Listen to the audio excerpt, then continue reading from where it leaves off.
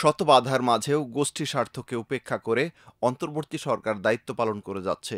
যদি পরাজিত শক্তির ইন্ধনে ও বিদেশি ষড়যন্ত্রের অংশ হিসেবে সরকারের ওপর আরোপিত দায়িত্ব পালনকে অসম্ভব করে তোলা হয়, তবে সকল কারণ জনগণের সামনে উত্থাপন করা হবে এবং পরবর্তী সিদ্ধান্ত গ্রহণ করবে সরকার। শনিবার জাতীয় অর্থনৈতিক পরিষদ একনেকের একটি সভা হয়। সভা শেষে উপদেষ্টা পরিষদের এক বৈঠক অনুষ্ঠিত হয়। এরপর এক বিবৃতিতে এসব কথা জানায় প্রধান উপদেষ্টার প্রেস উইং।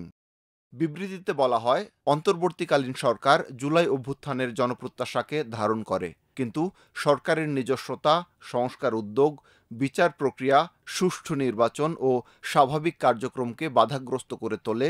এমন কাজ সরকারের দায়িত্ব পালনকে অসম্ভব করে তোলে। এমনটা ঘটলে সরকার জনগণকে সঙ্গে নিয়ে প্রয়োজনীয় সিদ্ধান্ত নেবে।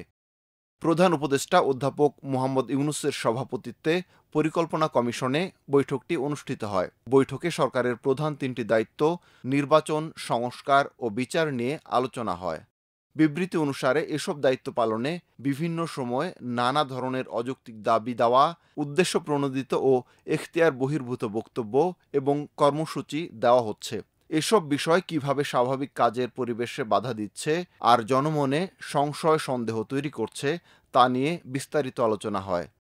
উপদেষ্টা পরিষদ মনে করে, দেশকে স্থিতিশীল রাখতে, নির্বাচন, বিচার, সংস্কার কাজ এগিয়ে নিতে ও চিরতরে দেশে স্বৈরশাসনের আগমন ঠেকাতে দরকার বৃহত্তর ঐক্য। এসব বিষয়ে অন্তর্বর্তী সরকার রাজনৈতিক দলগুলোর বক্তব্য শুনবে আর সরকারের অবস্থান স্পষ্ট করবে।